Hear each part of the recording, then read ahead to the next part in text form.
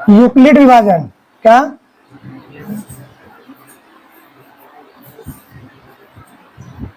Euclid विभाजन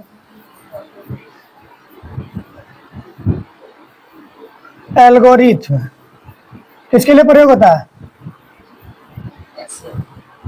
HCF के लिए।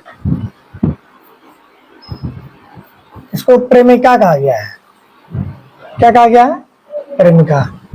यूक्लिड विभाजन एल्गोरिथ्म प्रेमिका जो होता है ये हमेशा किसके लागू होता है? मोसो के लिए, बोले तो HCF के लिए। किसके लिए लागू होता है? HCF मोसो के लिए। क्या होता है? A बराबर BQ प्लस R। ओ रे बे याद रखना है। क्या याद रखना है? ओ। इसका मतलब हुआ R से हमेशा B क्या होगा? बड़ा होगा। R से B हमेशा क्या होगा? बड़ा होगा। और R मतलब शेषफल और जीरो, या तो शेषफल जीरो बराबर होगा या तो जीरो से शेषफल बड़ा होगा। ठीक है। जहां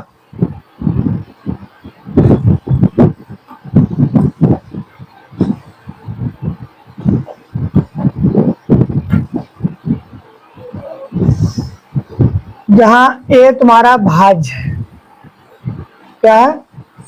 भाज्य है। B हमारा भाजक है। B क्या है? भाजक है। R हमारा शेषफल है। ठीक है। और Q हमारा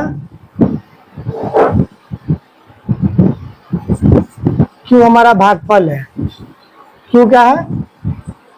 भागफल है। ठीक है, इसको याद रखना है।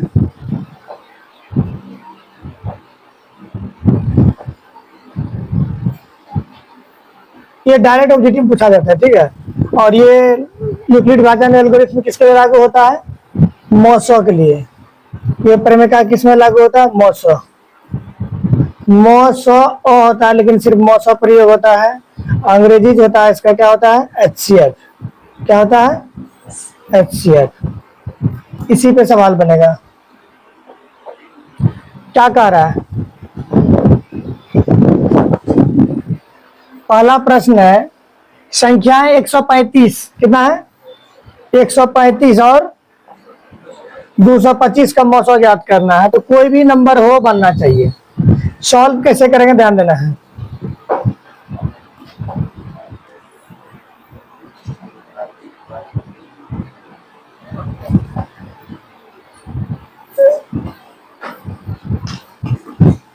सबसे पहले लिखेंगे मौसो, बचपन में पढ़े थे क्या?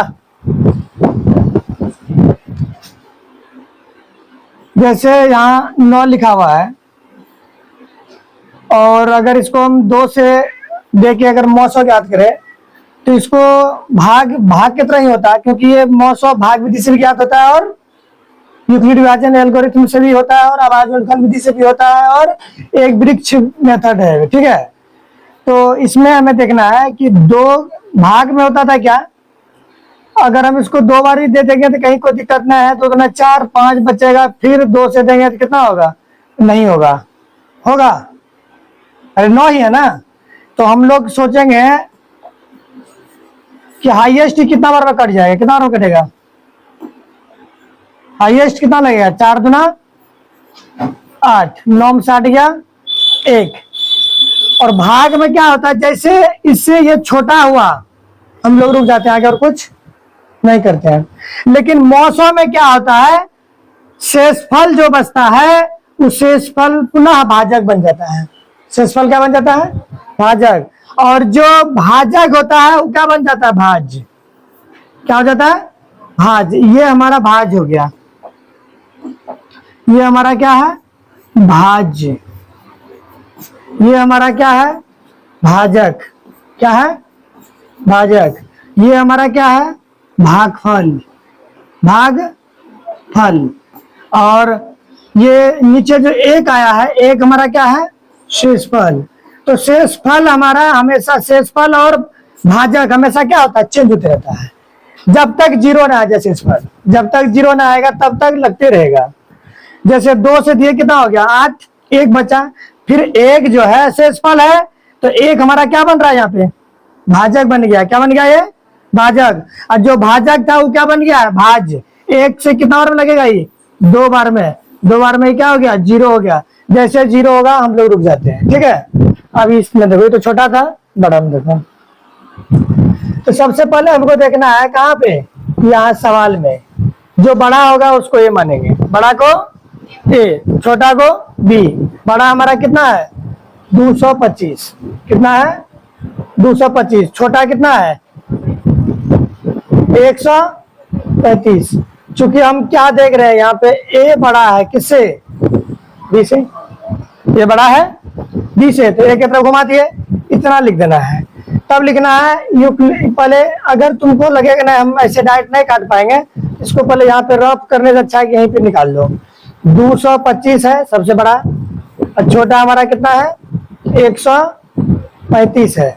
तो कितना बार में लग जाएगा, एक बार में लगे, 2 बार में 270 हो रहा है, 2 बार में 270 ज्यादा होगा, एक बार में लगाएंगे तो कितना होगा 135। जब इसको घटाएंगे तो कितना आएगा, कितना आएगा 90 बचेगा। अब तुरंत जो बताए अभी, शेषफल हमेशा क्या बन जाता है, भाजक। जब शेषफल जीरो नहीं होता है तो क्या बन जाता है, भाजक। और जो भाजक रहता है वो क्या बनेगा, भाज्य।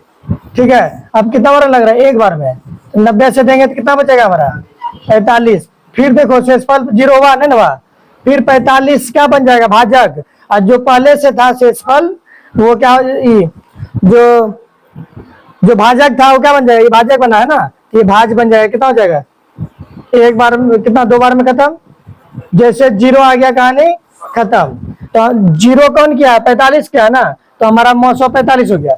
लेकिन ये हुआ भाग मेथड से, क्या हो गया, भाग मेथड से हम यहाँ निकाल लिए, ताकि एग्जामिनर को भी चेक करने में काफी थोड़ा आसान होगा। ना तो उसको भी जब तक निकालेगा नहीं, बनाएगा नहीं वो, तब तक उसको समझ में नहीं आएगा कि तुम उसको सही बना के दिया है कि गलत बना दिया है। ठीक है, अभी निकालने के बाद तब यूक्लिड विभाजन लगाना, यूक्लिड विभाजन। विभाजन ये वर्ड याद कर लोगे, विभाजन एल्गोरिथम से, एल्गोरिथम से, बस काफी हो गया। यूक्लिड विभाजन एल्गोरिथम से 1 और 2 नंबर में आने का चांस रहता है पूरा। बस आप तुम देखना है, जो सवाल तुमको 10 मिनट लगता है बनाने में, आप तुम 2 मिनट के अंदर लिखा दोगे। बड़ा कितना है 200, पहले एक बार लिख दो। ए बराबर क्या होता है, बी क्यू प्लस आर, ज्यादा अच्छा रहेगा। ओ रे बे याद भी होगा तुम्हारा, और हमेशा इधर घुमाना, ठीक है। ओ रे बे इधर इधर घुमा करके यहाँ डबल ऐसे कर देंगे, ठीक है, हमेशा याद रहेगा। ऑब्जेक्टिव में भी आता है। अब देखो ए कितना था हमारा 225 है, बी कितना है 135, कितना बार में लगाए हैं, एक बार में, गुना 1।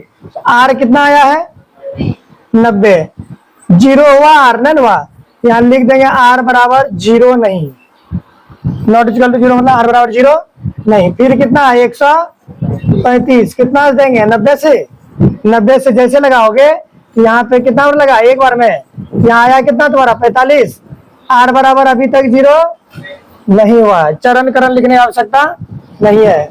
अब देखो फिर 90 में कितना दोगे 45 से, कितना बार में, बस यहाँ देख करके बैठा देना सिर्फ, कितना बार में हुआ 2, तो 45 गुना 90, तो शेषफल क्या आ गया 0। जैसे आया ध्यान लिख दोगे आर बराबर 0 हो गया है, 0 हो गया।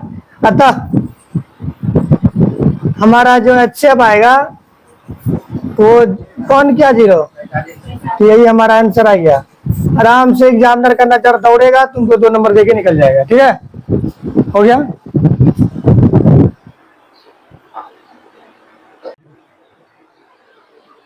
इसको यूक्लिड विभाजन से बनाना है, किसे बनाना है, यूक्लिड विभाजन से। सबसे पहले लिखेंगे सॉल्व। यहाँ पे हमको क्या दिया है, जो सबसे बड़ा है उसको हम लोग क्या मानेंगे ए, सबसे बड़ा को क्या मानेंगे ए, 336। बी को क्या मानेंगे 59। ये क्यों? क्योंकि ए बड़ा है किससे? बी से। तो 336 को सबसे पहले क्या करेंगे? मौसम निकालने के लिए भाग देंगे। तो लगभग हमको लग रहा है कि इसको सन्निकट वैल्यू मानना है 60, इसको मानना है 300। 6 पंचे 30, 5 बार में लग रहा है। कितना बार लग रहा है? 5 बार में। 59 गुना 5, 9 पचे 45 का 5 पचे 25, 4 29, 295। कितना आया? 295। 6 में से 5 गया 1, यहाँ बचा 13, 13 में से 9 गया 4, और यहाँ समाप्त हो गया। क्या? अब फिर 41 से कितना में लगेगा? 59 में। तो तुम्हारा कितना आ रहा है? एक बार में लगेगा 41। 9 में से 1 गया 8, 5 में 4 गया 1, 18। फिर 18 से कितना में दोगे? 41 में। 2 बार में लगा 18 तो ना 36। 11 में 6 गया 5, समाप्त हो गया। 5 से कितना में देगा? 18 में। 5 दिया 15, बचा कितना? 3। 3 से कितना में दोगे? 5 में। कितना लगा? एक बार में 3, बचा कितना? 2। 2 से किस में दोगे? 3 में। एक बार में बचा कितना? 1। 1 से किस में दोगे? 2 में। 2 बार में 0 आ गया। तो लॉन्ग हुआ। कहीं कोई दिक्कत नहीं है, उस हिसाब से देख लेना। कापी का पेज बढ़ा रहता है बिहार बोर्ड का। अब देखो हमें लेकिन बनाना है किससे? यूक्लिड विभाजन से। एल्गोरिथम लिख देना ज़्यादा अच्छा रहेगा। एल्गोरिथम से। अब सब आराम से, जब इतना हो गया ना, कितना था? 3 लिख दो एक बार जो होता है। ए बराबर बी क्यू प्लस आर और ए बी। ठीक है, लगा दिए। अब देखो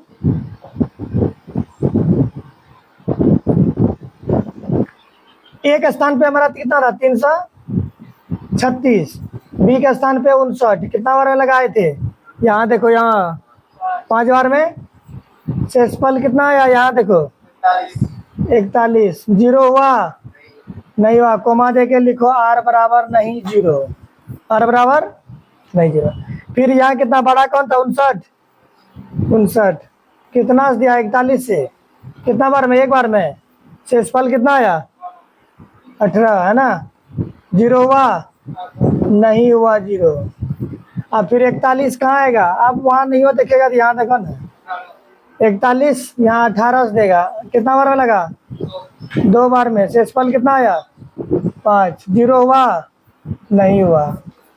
ये जो कर लोगे ना पहले एक बार भाग में से, तो ये बनाने में थोड़ा आराम होगा। 18 आया, शेषफल कितना? 5 यहाँ जाए, कितना देगा? 3 बार में। 3 बजेगा। आर बराबर 0 हुआ? नहीं हुआ। अब देखो यहाँ पे कौन आएगा? 5। अब यहाँ कौन आएगा? शेषफल 3। कितना बार दिया? एक बार में। शेषफल क्या आया? 2 आया। अभी तक 0 नहीं हुआ है। अभी तक 0 नहीं हुआ। अब यहाँ कौन आएगा? 3। और यहाँ कितना आएगा? 2 गुना 1। शेषफल कितना आएगा? 1। आर का मान अभी तक 0 नहीं हुआ है। अब यहाँ आएगा कौन? 2, और यहाँ आएगा 1।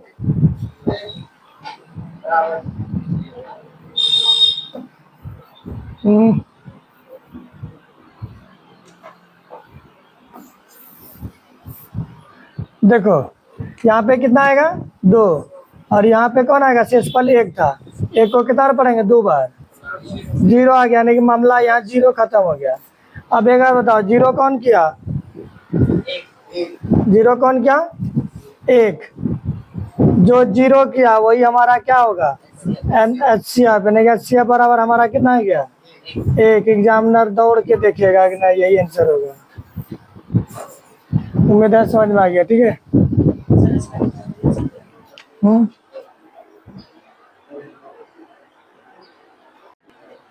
अगर ये प्रश्न एग्जाम में आए तो घबराना नहीं है। देखो आभाज्य गुणनखंड जो निकलता है, ध्यान दो, सही मायने में इसी तरह से निकलता है। जैसे 8 का निकालना तो कितना? 4 2 2 हो गया। जैसे 25 रहेगा, इसका आभाज्य गुणनखंड बोलेगा अब बोलो इसका आभाज्य गुणनखंड नाम क्यों पड़ा? क्योंकि इसका खंडन जितना भी करोगे ना सब क्या आएगा? अभाज्य आएगा। 5 भी अभाज्य है, 2 भी। तुम किसी का भी करो ना। हम पहले लेते हैं कितना? 21 लेते हैं।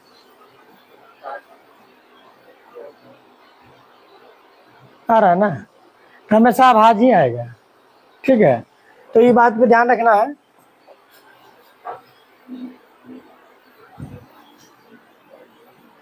अब इसको बनाने उतना बड़ा है नहीं कि हमको उतना इसको इस मेथड से करना होगा, बड़ा है नहीं।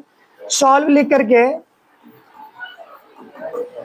सबसे पहले लिखेंगे, अगर तुम लिख देते हो और भी अच्छा, क्या लिख देते हो? इस तरह से अगर लिख देते हो 7 का अभाज्य, क्या?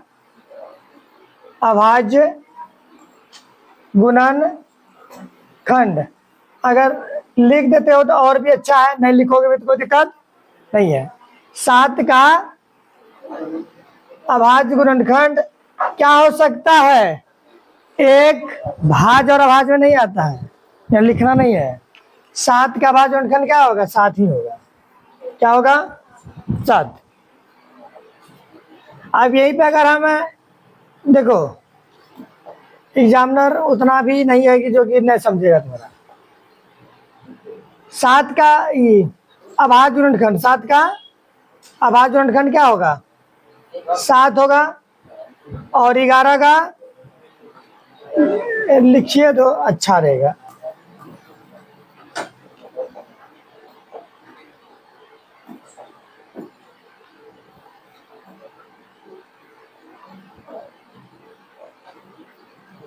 अभाज्य, अभाज्य गुणनखंड, गुणनखंड कितना होगा? 7। 11 का 11 होगा। 17 का नहीं, 19 है।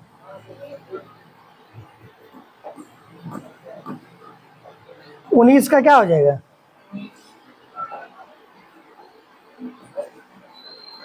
19 का क्या हो गया? 19 सब में लिख देंगे।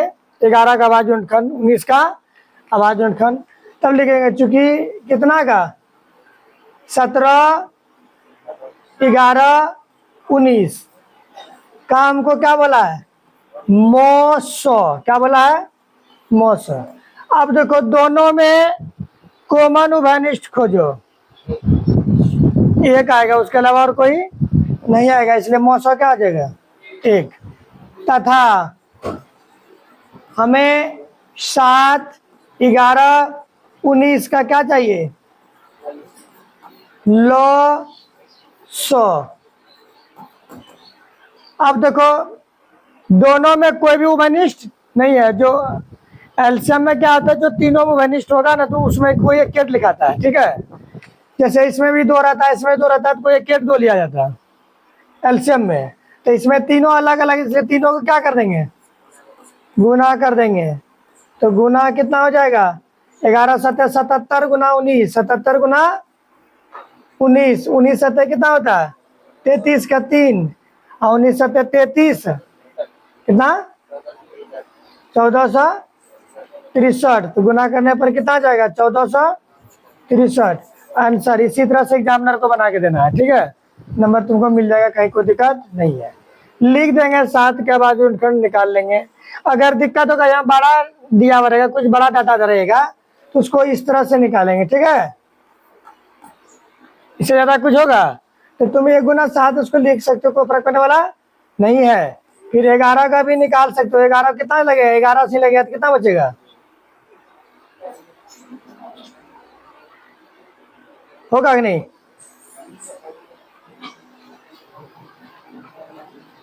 11 दोगे तो कहानी क्या होगा? खत्म हो जाएगा। तो सीधी सी बात है, सिंगल था, कहानी खत्म कर देना। एक तो और इस तरह बनाना है। चलो 140 का सिर्फ अभाज्य गुणनखंड के रूप में इसको व्यक्त करना है। तो इसको आसानी से बनाना कैसे, ध्यान दो। उम्मीद है कि बन जाएगा तुम लोग से, लेकिन फिर भी देख लो। 140 अभी हम तुमको बोले ना, क्या करना है? लिखिए देंगे तो क्या जाएगा? कितना कलम समाप्त होगा? अभाज्य गुणनखंड खंड बराबर क्या होगा, देखो कुछ बड़ा डाटा है, इसको इधर रफ में निकाल लेंगे साइड में।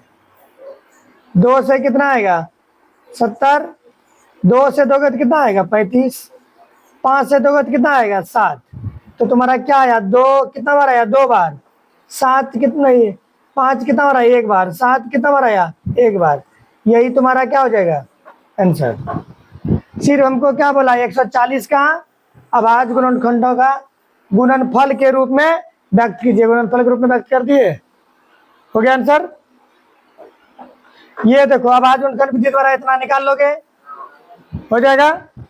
सॉल्व इट हो, देख लो।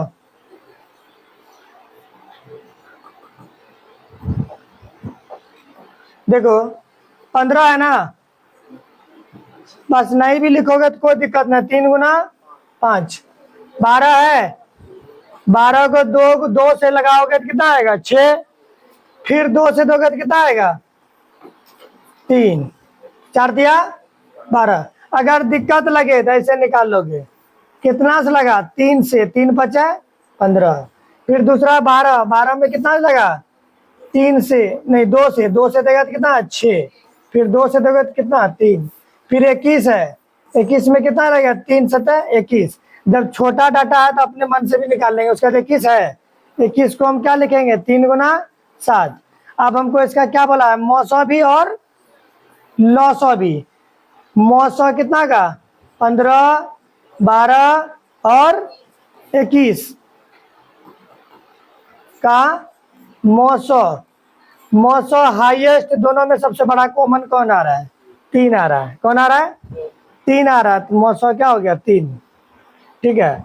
जैसे ही लौसौ निकालने के लिए जाओगे 15 12 21 का जब लौसौ निकालोगे लौसौ,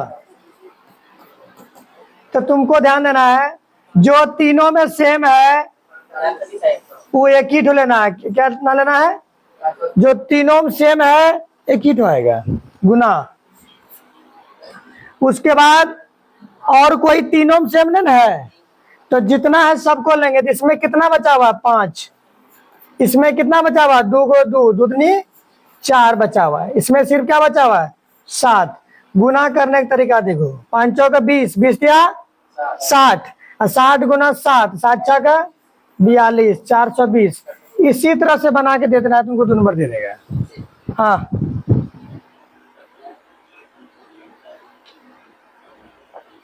अब देखो अभाज्य गुणनखंड विधि द्वारा इतना बना लोगे, ये भी बन जाएगा 9 12 27 का मौसौ क्या होगा, ये भी बन जाएगा 504 लीटर और 735 लीटर। 504 लीटर या लीटर है, क्या है लीटर यहाँ लिखा हुआ है, 504 लीटर और 735 लीटर दूध है। पात्र की महत्तम धारिता जब भी पूछे तो इसका क्या निकाल देना है, क्या होगी, जो पात्रों के दूध को पूर्ण रूप से माप सके। बनाओ इठो,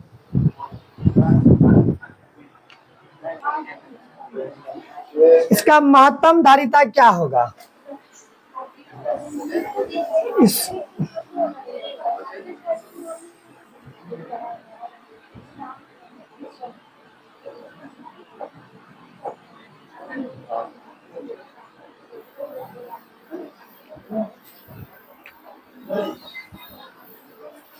देख लो अभाज्य गुणनखंड विधि से, कौन सा विधि से अभाज्य गुणनखंड।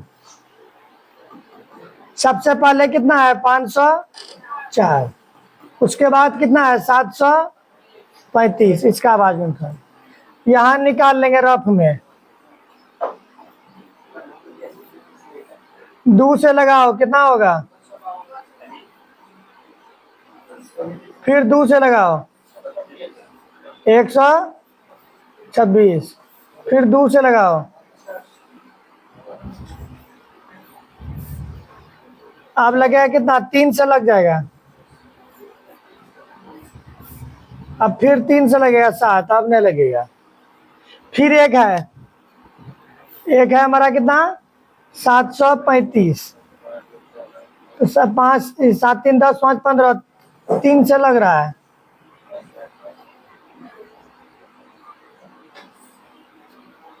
3 दूना 6, 1 बच गया तो कितना बचा 13, ना गलत हो गया।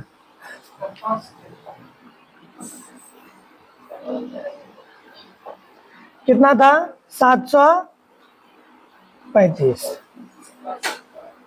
3 से अगर देते हो तो 3 दूना 6, बचा कितना? 1, 13, 4 तिया 12, 5 तिया 15, 5 4 9, 2 11, अब नया 5 से लग गया। 5 चौका 20, 9 पचा 45, यही होगा ना। अब लगेगा कितना से? 7 से। 7 7 49। अब देखो इसका भाजनखंड कितना आया? 2 कितना बार आया? 3 बार आया। और 3 कितना बार आया? 2 बार आया। और 5 कितना बार आया? 7 कितना बार आया? 1 बार आया। और उसके बाद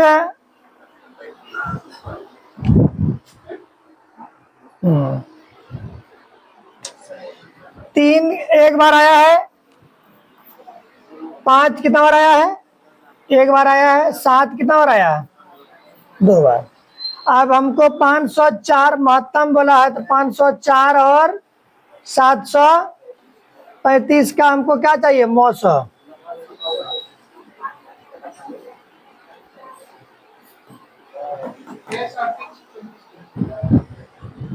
कहाँ थे? 735। अब देखो मौसो क्या आएगा? देखो 2 उसमें है, इसमें नहीं है, 2 तो होगा नहीं। अब देखो 3 इसमें है, उसमें भी है, लेकिन 3 उसमें क्या गो है? 2 गो, लेकिन इसमें कितना है? 1 गो है, तो 1 ही डोलेंगे। कितना डोलेंगे? 1 ठो। इसमें 7 है, उसमें भी। इसमें 2 गो 7 है, उसमें 1 ठो है, तो दोनों कॉमन क्या गो आएगा? 1 गो। तो 7 तिया कितना हो जाएगा? यही आंसर होगा। यही क्या होगा? आंसर।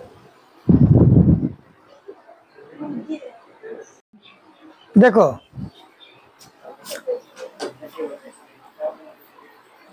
26 और 91 का हमें मौसो लौसो दोनों चाहिए। तो सबसे पहले 26 का भाजनखंड 2 गुना 13 कितना होता है? 26।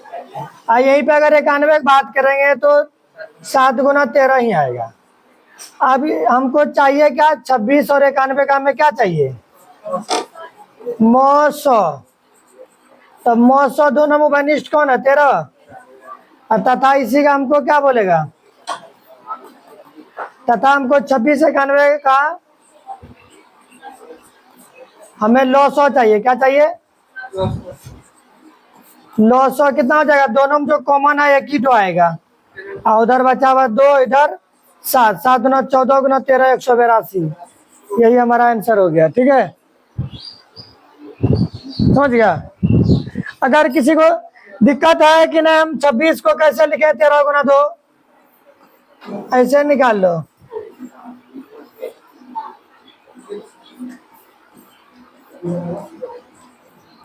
ठीक है, फिर आपका है।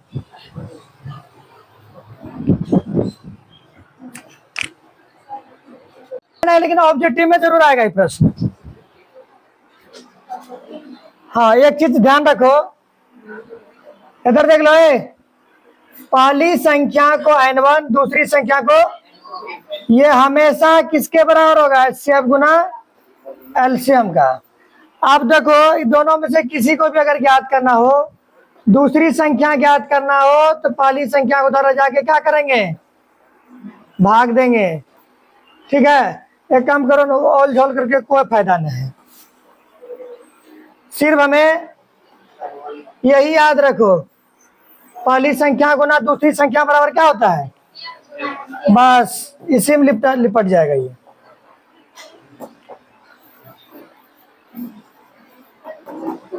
ध्यान दो, हमें 2 संख्याओं का मौसो कितना है? 145। और उनका लौसो, लौसो किसको बोलते हैं? एलसीएम को। 21 75 है। अब हमको बोला एक संख्या दे दिया, जिसका मतलब n1 हमको दे दिया कितना? 725। हमें चाहिए क्या? दूसरी संख्या चाहिए। अभी जस्ट बताए फॉर्मूला। क्या बताए फॉर्मूला?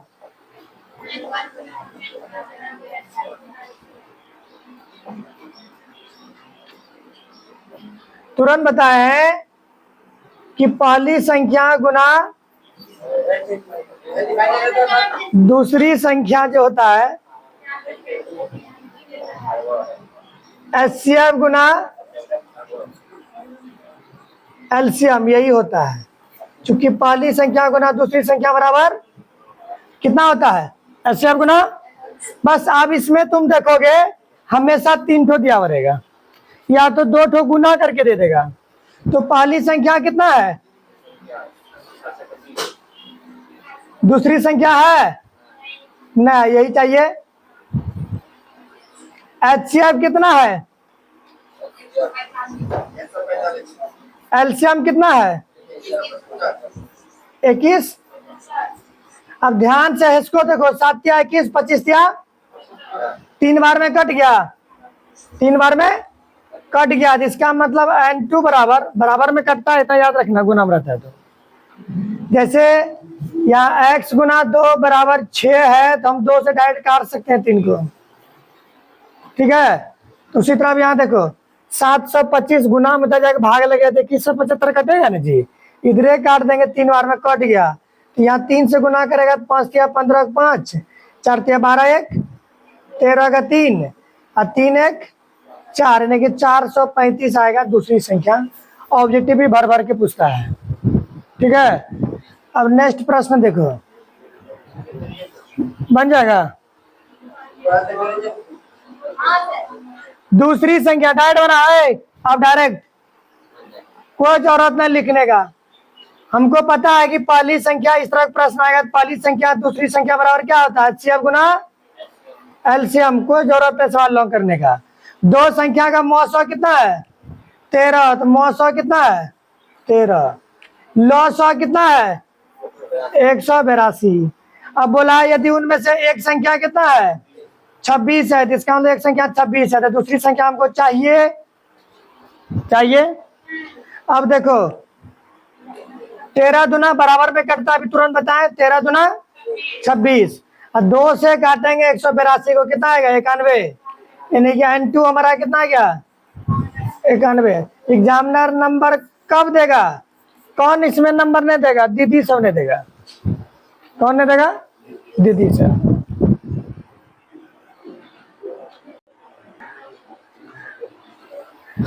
जांच कीजिए कि कोई भी प्राकृतिक संख्या 4 का पावर n पर समाप्त होता है। ये एनसीईआरटी का उदाहरण प्रश्न है, ठीक है। या तो 6 का पावर n 0 पर समाप्त होता है, इसने पूछा जाता है। तो अगर इस तरह का प्रश्न आए तो घबराने की कोई जरूरत नहीं, समझना ही लैंग्वेज है, याद रख लेना। अच्छा बताओ 4 का पावर n। अच्छा सबसे पहले समझो, कोई भी संख्या 0 कब समाप्त होता है? 0 कब आता है? जब उसका जो गुणनखंड होगा, गुना करने वाला नंबर होगा, उसमें 2 और 5 अनिवार्य है। 2 रहेगा, अगर 5 नहीं रहेगा तो कभी 0 आएगा गुना करने पर? कभी हो ना आएगा। अगर 0 लाना है तो मान लो 2 को 7 से गुना करो, 9 से गुना करो, 3 से गुना करो, 2 से गुना करो, 1 से गुना करो, 11 से गुना करो, किसी से भी गुना करो, कभी भी 0 नहीं आएगा। 0 लाने के लिए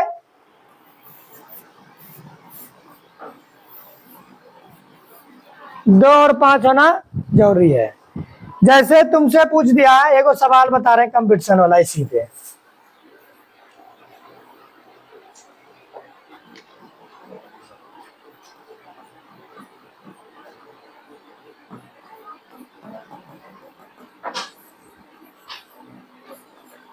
बोलेगा इसमें अंत से 0 की संख्या कितना है। इस सबको जब गुना करेंगे तो अंत से 0 कितना आएगा? तो बस कुछ नहीं करना है, 200 है ना, 200 है तो इसको हमेशा किससे भाग दोगे? 5 से। किससे भाग दोगे? तो कितना आएगा? 40। 40 को 5 से भाग दो तो कितना आएगा? 8 पंचे 40। फिर कितना है? 8 को फिर 5 से भाग दो तो कितना आएगा?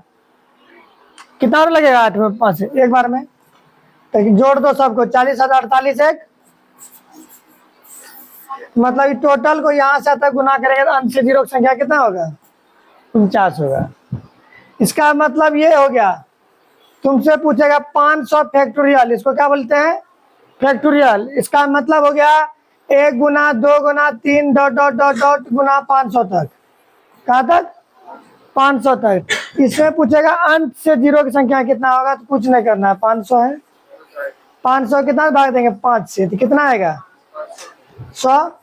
फिर 100 को 5 से भाग देंगे, कितना में लगेगा? 20 पंचे 100। फिर 20 को 5 से भाग देंगे, कितना में लगेगा? कितना और लगेगा? 4 आया। 4 क्या हो गया? 5 से छोटा हो गया। अब लगेगा नहीं लगेगा? जोड़ दो सबको। 124 को शून्य होगा अंत से। हाँ, सब का 5 से। तो ये कॉम्पिटिटिव सवाल है, बहुत सारा सवाल है सर। अभी उतना नहीं जानना है तुम लोग, सिर्फ बउआ वाला देखो।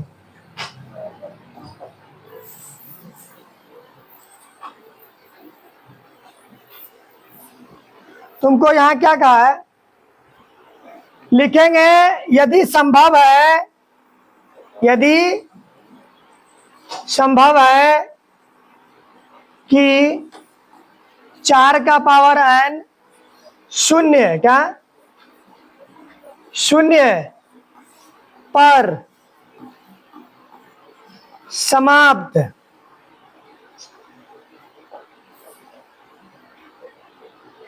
क्या लिखोगे? समाप्त। यदि संभव है कि 4 का पावर n शून्य पर समाप्त होता है, मतलब होता ना है, संभव है मतलब मान रहे हैं, मतलब कि संभव है, अगर हो रहा है कि 4 का पावर 0 पर समाप्त होता है। देखो, यदि संभव है कि 4 का पावर n शून्य पर समाप्त होता है, तो इसका अभाज्य, क्या? अभाज्य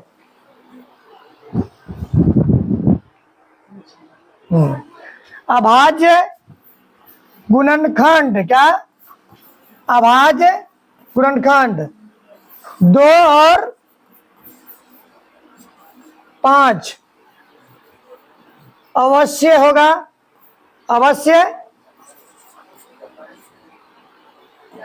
अवश्य की जगह जरूरी लिख लो। देखो, यदि संभव है कि 4 का पावर n शून्य पर समाप्त होता है, तो इसका अभाज्य गुणनखंड 2 और 5 जरूर होगा। क्या? जरूर होगा। लेकिन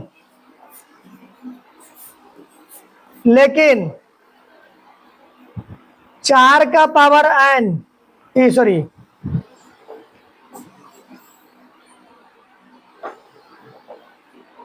लेकिन 4 का अभाज्य, क्या?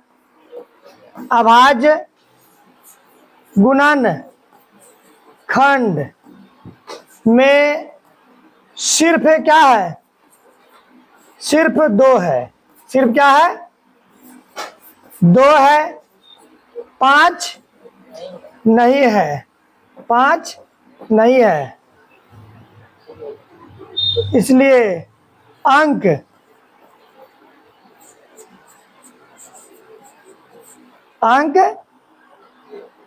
गणितीय, अंक गणितीय परिमेय से आधारभूत अंक गणितीय परिमेय से इसका अभाज्य गुणनखंड अद्वितीय है। क्या है? अद्वितीय है।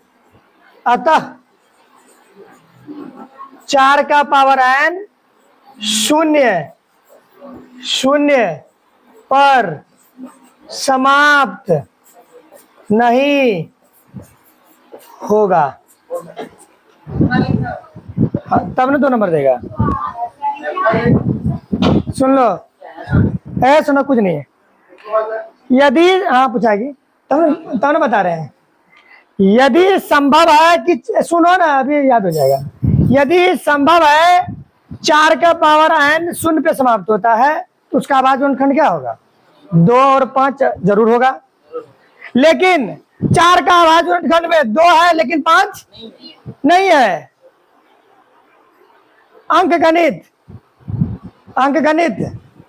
अंकगणितीय परिमेय से इसका आभाज्य गुणनखंड क्या है? अदित है। अतः 4 का पावर 0 पर समाप्त। अब देखो, अब इसके स्थान पे तुमको दे देगा 6 का पावर n। क्या दे देगा? यदि संभव है 6 का पावर n 0 पर समाप्त होगा, यदि संभव है 6 का पावर n 0 पर समाप्त होगा तो उसका आभाज्य गुणनखंड क्या होगा? 2 और 5 अवश्य होगा। लेकिन 6 का आभाज्य गुणनखंड में 2 है लेकिन 5 नहीं है। अंकगणितीय परिमेय से इसका आभाज्य गुणनखंड क्या होगा? अदित होगा। अतः 6 का पावर 0 पर समाप्त नहीं होगा। अब कोई भी सवाल पूछे बनेगा, कोई भी सवाल बने ये होगा 10 होगा, क्योंकि 2 और 5 आ जाएगा। ठीक है, तो ये इसको तो छोड़ो, यही 2 तो देख लो, तीनों में से कोई एक अगर आएगा तो आएगा, नहीं तो नहीं आएगा। क्लियर है? देखो ये सिद्ध करे कि रूट 7 एक अपरिमेय संख्या है। जब ये पूछता थोड़ा बड़ा होता है। ठीक है, ध्यान दो।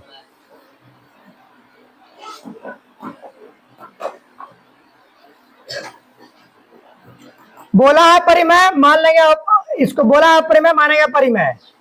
माना रूट 7 क्या है? परिमेय है। माना रूट 7 परिमेय है। मान लिया रूट 7 क्या है? परिमेय है। ठीक है, माना रूट 7 परिमेय है तो रूट 7 स्वाभाविक बात है, परिमेय वही होता है जो p बटे q ग्रुप में होता है। और q का मान क्या होता है? 0 नहीं होता है। ठीक है, और p q पूर्णांक है, सबको पता है। उसके बाद यहाँ पे दोनों तरफ क्या करना है? जब रूट 3, रूट 7, रूट 2 जब पूछे अकेला अकेला तो इस तरह का बनाना पड़ेगा। जब जोड़ घटा गुना भागा में पूछेगा तो आसान है, तुरंत हो जाता है। दोनों तरफ लिख देंगे पूर्ण अपूर्ण। परिमेय अपरिमेय का योग हमेशा अपरिमेय होता है, लिख करके लिपटा देंगे। दोनों तरफ वर्ग करने पे जब वर्ग करोगे तो रूट 7 का भी वर्ग होगा, इधर p बटे q का भी क्या होगा? वर्ग होगा। तो रूट 7 का वर्ग कितना होगा? 7। इधर अलग अलग वर्ग करते हो तो p स्क्वायर बटे क्या होगा? q square. p स्क्वायर बटे q स्क्वायर। अब तुम थोड़ा सा यहाँ पे दिमाग लगाओ, ये इधर भाग में उधर जाएगा तो, और वो गुना में इधर आएगा तो इसको उधर भेज दो तो उधर हो जाएगा q स्क्वायर। और 7 को इधर लाओगे तो p स्क्वायर बटे क्या होगा? 7। अब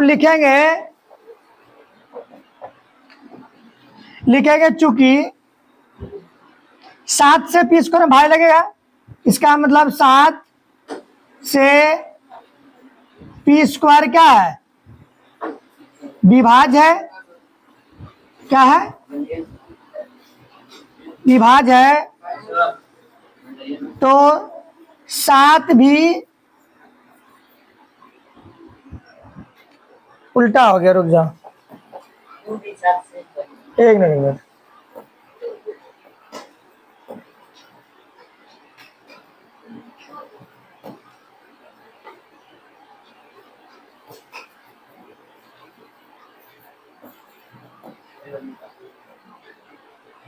देखो p स्क्वायर 7 से क्या है? विभाज्य है। तो p भी क्या होगा? p भी 7 से क्या होगा? विभाज्य है, विभाज्य होगा। कंडीशन स्थिति 1। अब पुनः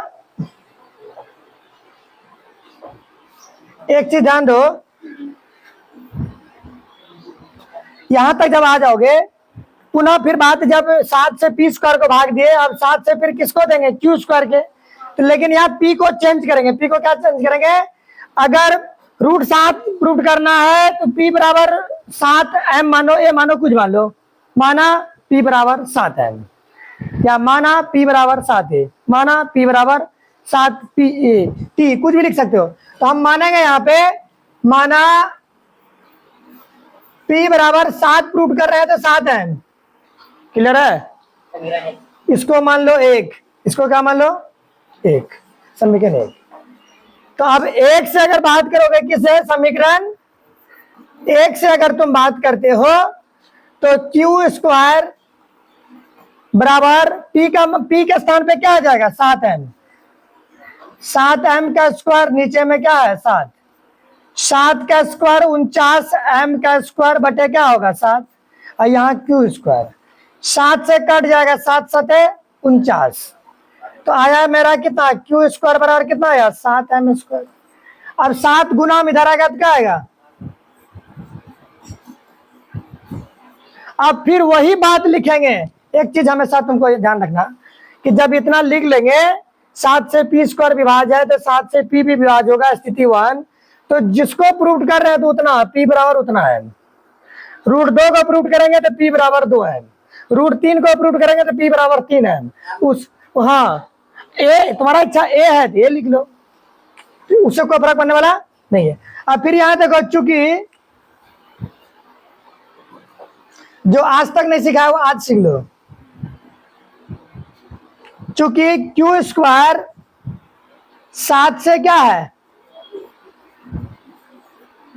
विभाज्य है, क्या है, विभाज्य है, तो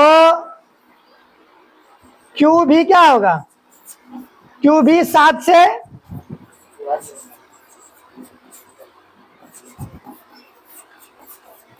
होगा। अब इसको लिखेंगे कंडीशन 2, कंडीशन 2 लिखने के बाद थोड़ा इधर आ जाएंगे, कंडीशन 1, पहला स्थिति 1 एवं स्थिति 2,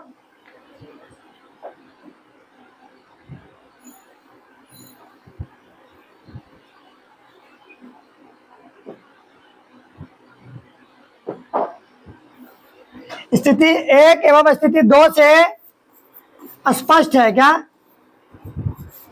स्पष्ट है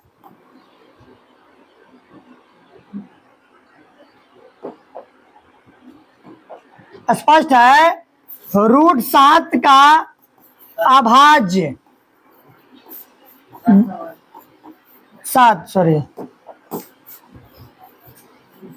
7 का अभाज्य गुणनखंड क्या होगा, अद्वितीय है, क्या है, अद्वितीय है।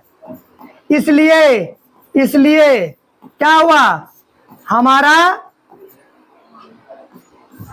मानना गलत हुआ, क्या हुआ, गलत हुआ। एक तो प्रैक्टिस कर लोगे तो √7 √3 √2 √5 सब इसी में हो जाएगा, ठीक है। गलत हुआ, आता क्या हुआ, अतः √7 क्या है, एक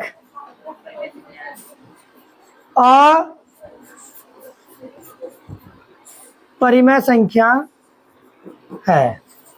जैसे कोई भी वकील वगैरह जो होता है, केस कोई लेता है कि नहीं, हम इसको जो है ना, ये कोई मर्डर करके गया, हम इसको बेल करवा देंगे, तो जज के पास जब पेश होता है तो वहां बोलता है ना कि हजूर मान लिए चोर है, तो उसका सबूत होना चाहिए ना, तो पूरा डिस्कस करता है। लास्ट में अगर वो प्रूव कर पाता है कि नहीं ये सही में चोर है, ठीक है, तो वो क्या होता है, 2 वकील होता है, 2 तरफ से, एक तरफ से मान लो एक पार्टी का होता है, दूसरा दूसरे पार्टी का होता है, जिसका मतलब एक तरफ परिमेय है, दूसरा अप्रिमेय, मतलब एक तरफ सत्य है, दूसरा असत्य है। अगर जो असत्य को असत्य मान लो, चोर के तरफ से जो प्रूव कर रहा है, तो जज को कहता है मान लिया हजूर ये चोर, मतलब कि चोर है, मतलब कह रहा है चोर है, तो इसका जो चोर का जो लक्षण है तो वो तो प्रूव होना चाहिए। तो हम अगर साबित कर दे कि ये चोर का लक्षण इसमें नहीं है तो 100% ये चोर नहीं होगा। तो वो पूरा प्रयास करता है साबित करने का, अगर साबित नहीं कर पाता है तो जो जो कंडीशन है सब दिखाता है, जितना भी सबूत है उसके पास। जब सबूत से अगर वो नहीं दिखा पाता है तो बोलता है हजूर हमारा मानना गलत हुआ, वो सामने वाला जो बोल रहा है वही सही है। ठीक है,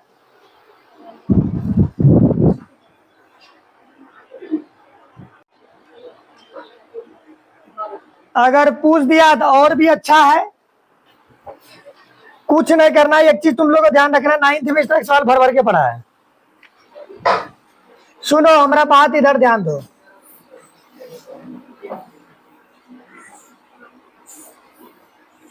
तीन कंडीशन बनेगा, कितना कंडीशन?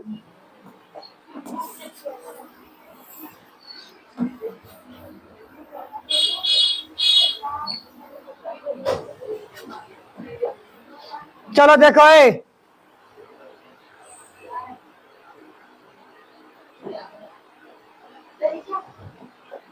बता रहे हैं,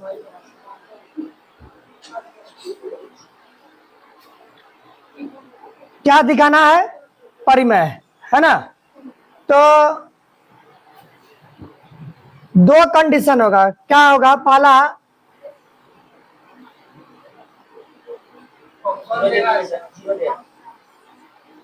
0.6 पर एक रिंग, पहला कंडीशन।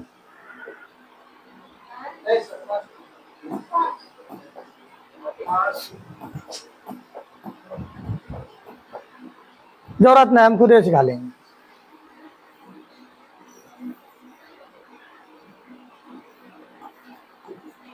जितना अंक रहेगा, एक अंक है तो 1 0, 2 अंक रहेगा तो 3 अंक रहेगा तो 4 अंक रहेगा तो। लेकिन एक बात ध्यान रखना है, ध्यान क्या रखना है? ये वाला अंक है तुम्हारा, ये क्या है? अंक। ठीक,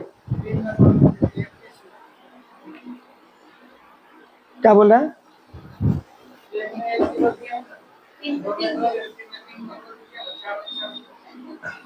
चलो ठीक हो गया। अब एक चीज ध्यान देना, सवाल में दो कंडीशन आता है, एक रहता है 2.43 पे रेकरिंग, एक रहता है 2-4-3 पे रेकरिंग। ठीक है, अगर यही दो टाइप का सवाल रहता है, या तो ऐसे भी दे देगा 3.4-6-7-8-9 ऐसे रेकरिंग। ठीक है, तो ये इसी में आएगा। तो सबसे पहले तुम्हें ध्यान देना है, जब इस तरह का आए तो बस 2 अंक पर रेकरिंग है तो 2 0 वाला से दोनों तरफ गुना करके मामला खत्म हो जाएगा। जब बिना रेकरिंग वाला भी रहेगा, बिना रेकरिंग वाला भी रहेगा, पहले इसी को बना लेते। माना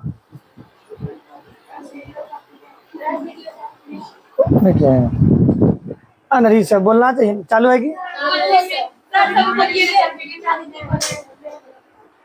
सुनाए?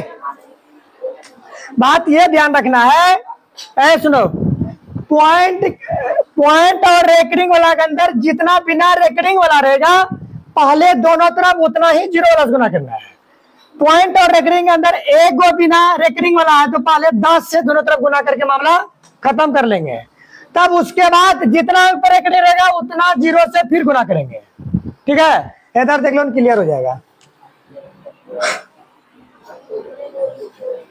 तो मान लेंगे, माना सवाल है हमारा 4.3 पर रेकरिंग, इससे ज्यादा खराब सवाल नहीं पूछेगा। तो मान लेंगे, माना x बराबर क्या? x बराबर 2.4, जिस पे रेकरिंग रहेगा वही दौड़ना शुरू कर देता है, दौड़ना शुरू किया एक। तो हमारा कहना हुआ जो बिना एक बार आया है, स्थिर है, नहीं दौड़ रहा है, तो नहीं दौड़ रहा है तो बोला कि तुम जाओ घर, मतलब इसको बाउंड्री से उधर भगा देगा। उधर भगाने के लिए क्या चाहिए? गुना करना है। तो गुना क्या करना है? अब कितना है, कौन स्थिर है, कितना अंक? अरे कितना स्थिर है पॉइंट के बाद? कौन? ये 4 है ना, 4 नहीं दौड़ रहा है, बार बार रिपीट नहीं हो रहा है। तो पॉइंट के बाद इधर भी स्थिर अगर रिकॉर्ड रहे तो पहले उसको उधर भेजना है। तो 4 को उधर भेजना है तो दोनों तरफ कितना गुना करेंगे? दोनों तरफ 10 से गुना करने पर, जब 10 से गुना करेंगे तो ध्यान समझो, तो 10 एक ही तरफ गुना नहीं होगा, दोनों तरफ है, तो x में भी होगा 10 गुना। इधर जब 10 गुना करेंगे, सुनो, कभी भी 10 गुना करोगे, इसमें जितना भी जीरो वाला गुना करोगे, है जो दिख रहा है पॉइंट, ये उतना छलांग इधर मार लेगा। अगर एक जीरो गुना करोगे तो ये एक अंक इधर टप जाएगा, जिसका मतलब ये पॉइंट यहां आ जाएगा, उसको घर भेज देगा। बचा कौन? 3 3। ठीक है, इसको लिख देंगे समीकरण 2। क्लियर है? अब ये कौन सा सवाल बन गया? अब इसका मतलब रेकरिंग वाला ही बचा सिर्फ। अब 3 3 बचा ना, अब जो दौड़ रहा है उसका चर्चा हो रहा है। अब क्या ठो दौड़ रहा है? कितना अंक? 1 2 अंक, 3 बार बार रिपीट हो रहा है, एक ही अंक पे रेकरिंग है ना। तो पहले बिना रेकरिंग वाला को आजाद कर लेंगे, उसके बाद रेकरिंग वाला। कितना अंक पे रेकरिंग है? 1 अंक। फिर दोनों तरफ बहुत बच्चा यहाँ 100 गुना करता नहीं, दोनों तरफ 10 से गुना करने पर, जैसे 10 से गुना करोगे तो 10x हो जाएगा कितना? 100x। और 10 गुना करोगे तो पॉइंट कितना कूदेगा इधर? एक बार, एक ही अंक टपेगा ही, तो 243.33। अब बोलोगे सर ये सब नहीं टपेगा, नहीं, समीकरण 3। और हमेशा जब घटाओगे नजदीक वाला से नजदीक से, समीकरण 3 में 2 घटाओगे, 1 को कभी नहीं घटाओगे, टेंशन नहीं आएगा। 3 में हमेशा किसको घटाएंगे? 2 को। तो समीकरण 3 माइनस समीकरण 2 करेंगे तो समीकरण 3। आप देखो, एक्स वाला अलग घटेगा, बिना एक्स वाला। एक काम करो ना, पॉइंट का जितना था दोनों का खत्म, जब घटेगा तो खत्म हो गया। इसके पास कितना? 243, इसके पास 24, 243 24 घटा लिया। अब उधर वाला देखो, इसके पास 100x है, दूसरा के पास कितना है? 100x, इसके पास कितना है? 10x। अब देखो 100x में 10 चले जाएगा तो कितना बचेगा? 90x। घटा दो, 13 में से 4 जाएगा 9, दूसरा कितना है? 19। तो x आर कितना आ गया? 219 बटे कितना आया? 90। अरे 24 है तो 13 में से 4 गया, 9 बचा, एक चलेगा, 3 में से 2 गया 1, 219 हो गया। अब देखो ये आ गया p बटे क्यू ग्रुप में, अतः कितना है वो?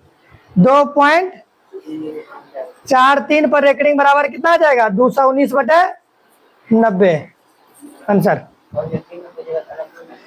ऑब्जेक्टिव में जब पूछे इतना उलझल करने की जरूरत नहीं है। जब ऑब्जेक्टिव में पूछे तो तुमको थोड़ा सा क्या बोले, तो रोशनी नजर का घटाना होगा। कैसे? यहाँ 2 4 3 यहाँ पॉइंट है, रेकरिंग है, तो तुम समझ लो तुम्हारा रोशनी आंख का घट गया ना, तुमको पॉइंट दिख रहा है ना रेकरिंग दिख रहा है। कितना हो गया? 243।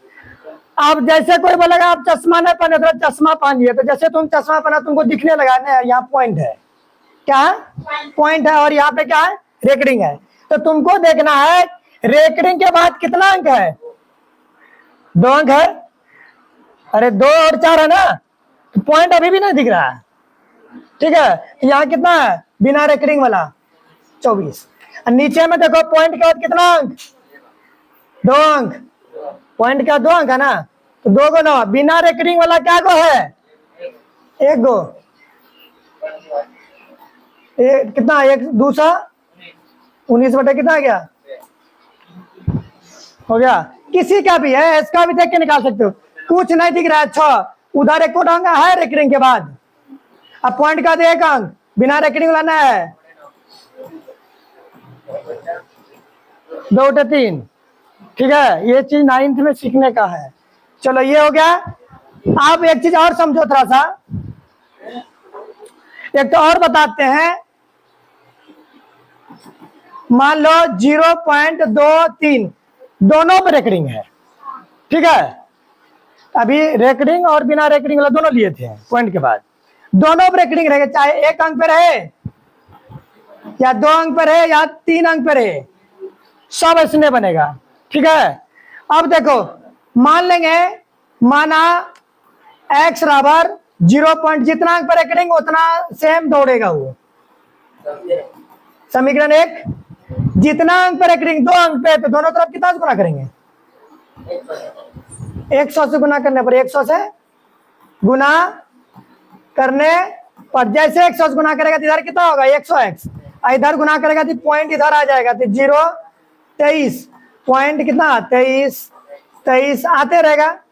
और तुमको कुछ नहीं करना, समीकरण 2 में समीकरण 1 को घटाओ तो पॉइंट का जितना इसका गिनती नहीं है घटाने में, तो इधर क्या होगा 100x में कितना घटेगा x, इधर कितना यहाँ 23 है और यहाँ पे क्या 0 है, तो 23 में 0 घटेगा।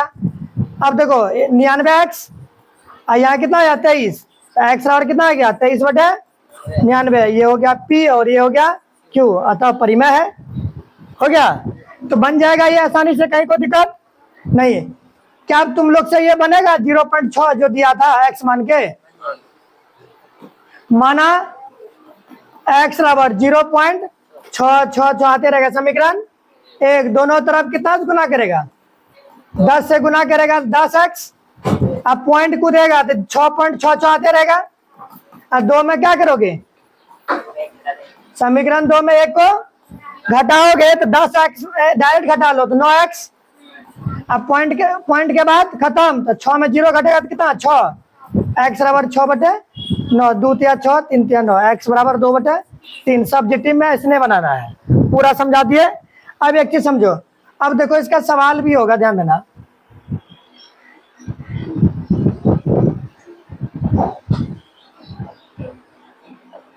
जीरो पॉइंट 6 हो गया। अब इस तरह जो भी प्रश्न आएगा बन जाएगा, आगे नहीं बनाएंगे। जब भी परिमेय परिमेय जोड़ घटा गुना भागा में पूछे, ये बहुत आसान होता है। क्या होता है आसान, परिमेय अपरिमेय का जोड़ घटा गुना भागा सब क्या होता है अपरिमेय ही होता है। तो माना 4 माइनस रूट 5,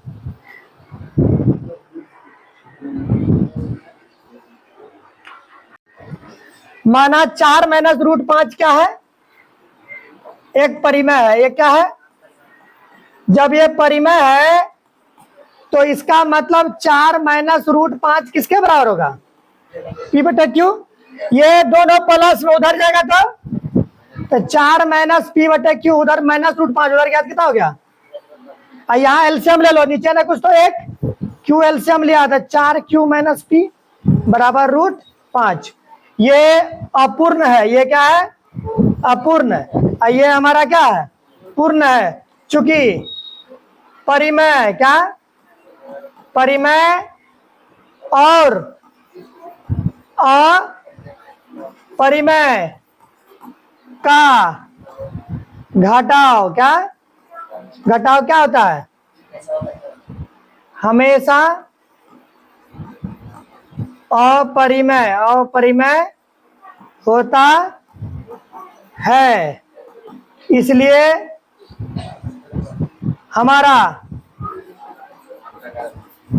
मानना गलत हुआ। अतः 4 माइनस रूट 5 एक क्या है अपरिमेय संख्या है। ठीक है,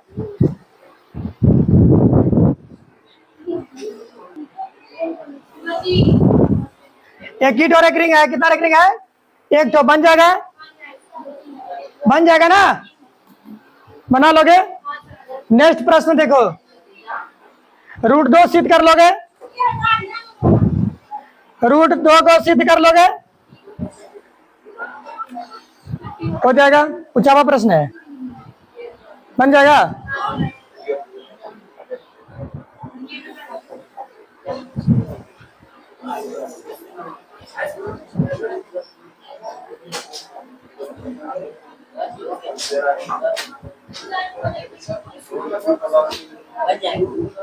बता दे इसको, बना लोगे, बन जाएगा है? चलो देखो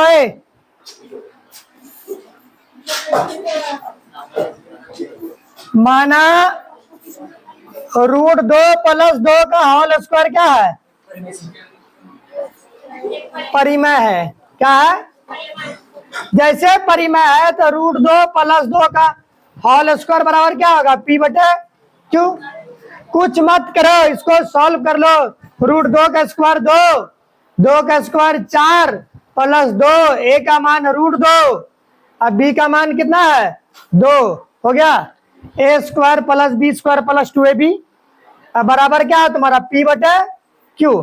अब 4 2 कितना हो गया? 6। इसको दूध ना 4 रूट 2 बराबर पी बटे क्यू। तो अब सबको उधर भेज दो, प्लस 6 उधर जाएगा तो नीचे ना कुछ तो एक बार एलसीएम कर लो। 4 रूट 2 बराबर पी माइनस 6 क्यू। क्या अब बटे क्या है? क्यू है। 4 गुना उधर जाएगा तो भाग लगेगा, पी माइनस 6 क्यू बटे क्या होगा? 4 क्यू। ये लिख देंगे अपूर्ण और ये लिख देंगे पूर्ण। चूंकि परिमेय अपरिमेय का योग का वर्ग हमेशा अपरिमेय होगा। चूंकि परिमेय और अपरिमेय का योग कर के जोड़ योग करके रुको ना, योग करके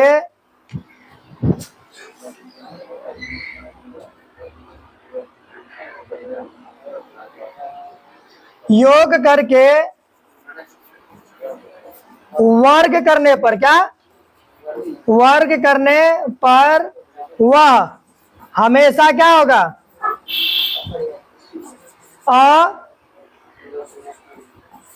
अपरिमेय होगा। इसलिए हमारा मानना गलत हुआ। अतः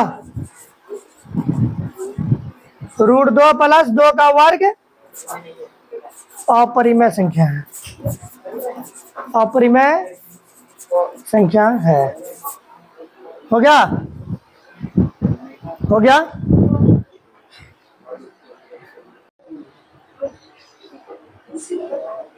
वीडियो चालू नहीं हुआ था जी?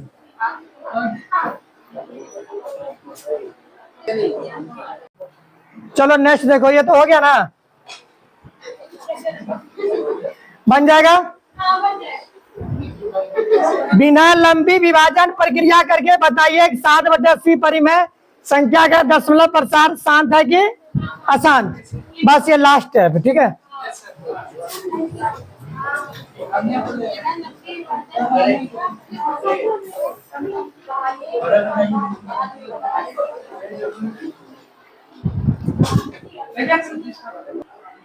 ठीक है, एक बिस्लरी वाला बोतल आता है ना, उसमें पानी पूरा भर लो।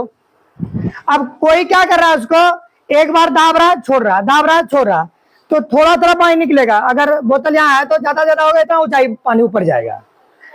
अगर तुमको अगर यहाँ तक पानी को पहुंचाना है तो उसको दोनों हाथ से जोर से दाना ताकि पानी ऊपर तक जाए। तो उसी तरह पढ़ाई भी है, समझ गया? कोई बोलता क्या करेगा, थोड़ा सा पढ़ा छोड़ दिया, थोड़ा सा पढ़ा छोड़ दिया। जो अच्छा करता है उसके लिए हमेशा पढ़ना, हर समय उसके लिए पढ़ने के लिए है।